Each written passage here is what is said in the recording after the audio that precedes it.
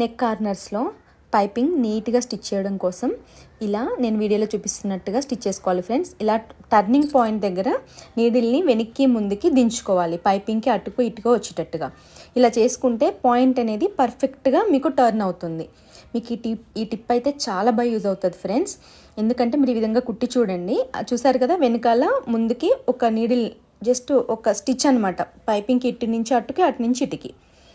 చూసారు కదా, ఇప్పుడు ఒరిజినల్ మీద పెట్టి దాన్ని రివర్స్ చేస్తున్నాను. సేమ్ అలానే చూసారు కదా, టర్నింగ్ పాయింట్లో ముందుకు ఒకసారి వెనక్కి ఒకసారి, మళ్ళీ యాస్టీస్గా మన నెక్ లైన్ మనం వేసేసుకోవాలి. ఇలా కట్ పాయింట్ పెట్టుకొని దాన్ని రివర్స్ తీసేసుకుంటే పైపింగ్ అనేది చాలా నీట్గా వస్తుంది ఫ్రెండ్స్.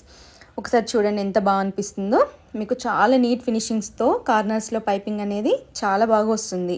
చాలా వరకు కార్నర్స్లో మిస్ అవుతూ ఉంటుంది. మీరు ఈ విధంగా కనుక ఈ టిప్ యూస్ చేసుకొని మీరు స్టిచ్ చేస్తే చాలా పర్ఫెక్ట్గా వస్తుంది ఫ్రెండ్స్. నా వీడియో కనుక నచ్చినట్టయితే నా ఛానల్ సబ్స్క్రైబ్ చేసుకోండి ఫ్రెండ్స్. Thank you friends.